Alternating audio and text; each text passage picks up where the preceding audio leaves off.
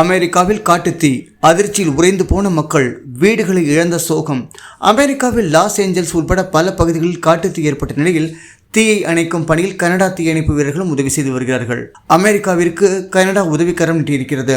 அமெரிக்காவின் கலிபோர்னியா மாகாணம் Los Angeles நகரை சுற்றிலும் காட்டுத்தீ கட்டுக்கடங்காமல் பரவி வருவதால் இன்னும் அதிக சேதம் ஏற்படும் என அஞ்சப்படுகிறது. பசிபிக் பாலிசேட்ஸ் பகுதியில் 19,000 ஏக்கர் நிலத்தையும், அலட்டலேனா பகுதியில் 13,000 ஏக்கர் நிலத்தையும் காட்டுத்தீ எரித்திருக்கிறது. இந்த நிலையில் வெஸ்ட் ஹில்ஸ் பகுதியில் பரவிய காட்டுத்தீ சில மணி நேரங்களுக்குள் 900 ஏக்கருக்கும் அதிகமான நிலப்பரப்பை தீக்கிரையாக்கியிருக்கிறது. இதற்கிடையே அமெரிக்காவில் ஏற்பட்டுள்ள காட்டுத்தீயை அணைக்கும் பணியில் கனடா தீயணைப்பு பணி வீரர்களும் உதவி வருகிறார்கள். கனடாவை அமெரிக்காவுடன் இணைப்பதற்காக அமெரிக்க அதிபராக தேர்ந்தெடுக்கப்பட்டிருக்கும் டொனால்டு ட்ரம்ப் வலியுறுத்தி வரும் நிலையில் கனடா பிரதமர் ஜஸ்டின் ட்ரூடோ தொடர்ந்து மறுத்து வருகிறார். இந்த நிலையில் அமெரிக்காவில் ஏற்பட்டிருக்கும் காட்டுத்தீயை அணைக்க உதவும் ட்ரூடோ தனது எக்ஸ் பக்கத்தில் அண்டை வீட்டுக்காரர்கள் உதவுகிறார்கள் என பதிவிட்டிருக்கிறார். பசிபிக் பாலிசேட்ஸ் அலட்டேலனா பகுதியில் பல $1 மில்லியன் மதிப்புள்ள கட்டிடங்கள் எரிந்து சாம்பலானதுடன் அப்பகுதியில் வசிக்கும் 1,80,000 குடியிருப்பாளர்கள் வெளியேறவும் உத்தரவிடப்பட்டிருக்கிறார்கள். லாஸ் ஏஞ்சல்ஸ் கவுண்டியில் ஏற்பட்ட காட்டுத்தீயால் இதுவரை 10 பேர் பலியாகி இருக்கிறார்கள். பலி எண்ணிக்கை உயரக்கூடும் என அஞ்சப்படுகிறது. கவுண்டியில் ஏற்பட்ட காட்டுத்தீயை அணுகுண்டுகளுக்கு பிறகான மிகப்பெரிய பேரழிவாக கருதுகிறார்கள். இந்த பகுதிகளில் ஒரு அணுகுண்டு வீசப்பட்டது போல தெரிவதாகவும் கூறுகிறார்கள். கலிபோர்னியாவின் வரலாற்றில் இது மிகவும் பேரழிவு தரும் தீ விபத்து என அதிபர் ஜோ பைடன் தெரிவித்திருக்கிறார். கடந்த 8 மாதங்களாக தெற்கு கலிபோர்னியாவில் அதிக மழைப்பொழிவு இல்லாதது பிரச்சனையை மேலும் மோசமாக்கி இருக்கிறது. போகின்ற போக்கை பார்த்தால் அமெரிக்கா சந்திக்கும் பிரச்சனைகளை யோசிக்கவே முடியவில்லை. அத்தனை ஏக்கர் நிலங்கள் தீக்கிரையாகி வருகிறது. இந்த காட்டுத்தீயில் பிரபல ஹாலிவுட் நடிகர்கள் வீடுகளும் எரிந்து சாம்பலாகி இருக்கிறது. லாஸ் ஏஞ்சல் கலிபோர்னியா மாகாணத்தில் ஏற்பட்ட காட்டுத்தீ லாஸ் ஏஞ்சல்ஸ் நகரம் பெருமளவில் பாதிக்க ஒரு காரணமாக அமைந்திருக்கிறது. பசிபிக் பாலிசேட்ஸ் மற்றும் ஹாலிவுட் ஹில்ஸ் பகுதிகள் வசதியான மக்கள் வசிக்கும் பகுதியாகும். இந்த பகுதிகளில் உள்ள வீடுகளை காட்டுத்தீ அழித்திருக்கிறது. இங்கு பெரும்பாலும் ஹாலிவுட் நடிகர்கள் பிரபலங்களும் வசித்து வருகிறார்கள். இதில் ஹாலிவுட் பிரபலங்களான ஸ்டீஃபன் ஸ்பீல்பர்க், ஜேமி லீ கர்டிஸ், மார்க் ஹாமில், மாண்டி மூர் மற்றும் ஜேம்ஸ் வுட்ஸ் உள்ளிட்டவர்களின் வீடுகள் எரிந்துவிட்டது. மேலும் இவர்கள் அங்கிருந்து வெளியேறி இருக்கிறார்கள்.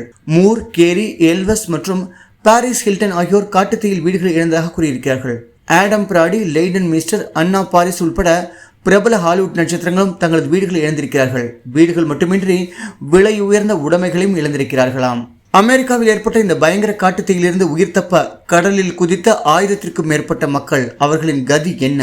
அமெரிக்காவின் ஹவாய் தீவுகளில் ஒன்றான மாவியில் பற்றி எரிந்து வரும் தீயில் சிக்கி உயிரிழந்தோரின் எண்ணிக்கை 67ஆக அதிகரித்திருக்கிறது. பல நூற்றுக்கணக்கானோர் மாயமானதாக அறிவிக்கப்பட்டு அவர்களை மீட்கும் பணிகள் மேற்கொள்ளப்பட்டு வருகிறது.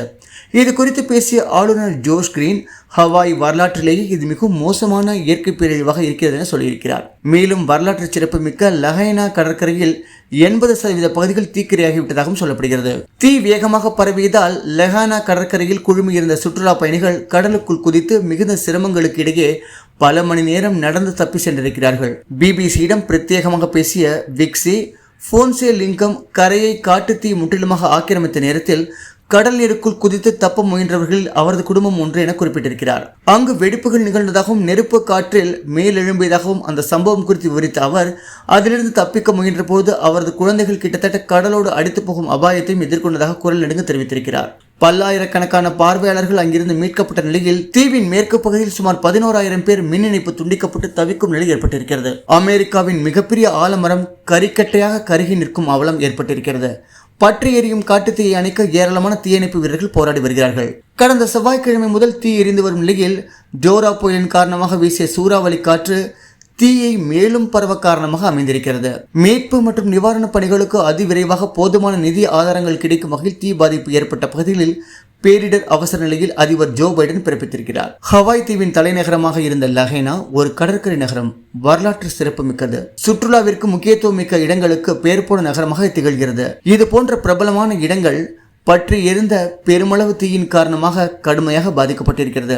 இதில் 122 ஆண்டுகளாக செயல்பட்டு வந்த பயனீர்ஸ் இன் என்ற விடுதியும் ஒன்று. இந்த விடுதி முழுமையாக தீயில் எரிந்து விட்டதாக உரிமையாளர்கள் தெரிவித்திருக்கிறார்கள். இது வரலாற்று சிறப்பு மிக்க விடுதியாகும். லஹைனாவின் புகழ்பெற்ற ஆலமரத்தையும் இந்த தீ விட்டு வைக்கவில்லை. இந்த ஆலமரம் அமெரிக்காவிலேயே மிகப்பெரிய மரமாக, புகழ்பெற்ற மரமாக கருதப்படுகிறது. தீயில் கருகிய நிலையில் அப்படி நிற்கும் அந்த ஆலமரம் இனிமேல் சுற்றுலா பயணிகளை மகிழ்விக்கும் நிலைக்கு திரும்பாது என்ற அச்சம் அனைவரிடம் காணப்படுகிறது. ஹவாய் தீவில் இதுபோல காட்டுத்தீ பற்றி எரிவதற்கு உலக அளவில் நிலவும் மோசமான காலநிலையை காரணமாக அமைந்திருக்கிறது. காட்டுத்தீயை பொறுத்தவரையில் கிரீஸ் நாட்டு வரலாற்றிலேயே இல்லாத ஜூலை மாதமாக கடந்த மாதம் ரோட்ஸ் மற்றும் கோர்ஃபு தீவுகள் மிக மோசமாக பாதிக்கப்பட்டது. கனடாவிலும் வரலாற்றிலேயே இல்லாத அளவிற்கு மிக மோசமான காட்டுத்தீ சம்பவங்கள் நேரிட்டன. இந்த ஆண்டு தொடக்கத்தில் சிலி மற்றும் ஆஸ்திரேலியாவில் பற்றிய காட்டுத்தீயை தொடர்ந்து அங்கு பற்றி எறிந்த தீயில் 25,000க்கும் மேற்பட்ட நிலப்பரப்பிலான காடுகள் எரிந்து சாம்பலாகி இருக்கிறது. அமெரிக்காவின் மேற்கு பகுதிகளில் அண்மை காலங்களில் மிக அதிக அளவிலான காட்டு பகுதிகளில் தீ பற்றியிருந்து பெரும் சேதங்களை ஏற்படுத்தியிருக்கிறது. காலநிலை மாற்றமே இதுபோல காட்டுத்தீ வேகமாக பரவுவதற்கு காரணமாக அமைந்துள்ளது என விஞ்ஞானிகள் தொடர்ந்து எச்சரித்து வருகிறார்கள். ஹவாய் தீவில் பெருமளவு காட்டுத்தீ பற்றி எரிவது இது ஒன்று முதல் முறை அல்ல. ஆனால் கடந்த சில தினங்களாகவே எரிந்து கொண்டிருக்கும் தீ வரலாற்றிலே இல்லாத அளவிற்கு மிக பயங்கரமான தீயாக இருக்கிறது. இது போன்ற பயங்கர தீ விபத்து எப்படி எங்கே தொடங்கியது என்பது குறித்து தெளிவான விவரங்கள் இதுவரை வெளியாகவில்லை. சூறாவளி காற்றை எதிர்த்து தீயணைப்பு வீரர்கள் கடுமையாக போராடி வருகிறார்கள். இதில் பெரும்பகுதி தீ அணைக்கப்பட்டதாகவும் அறிவிக்கப்பட்டிருக்கிறது.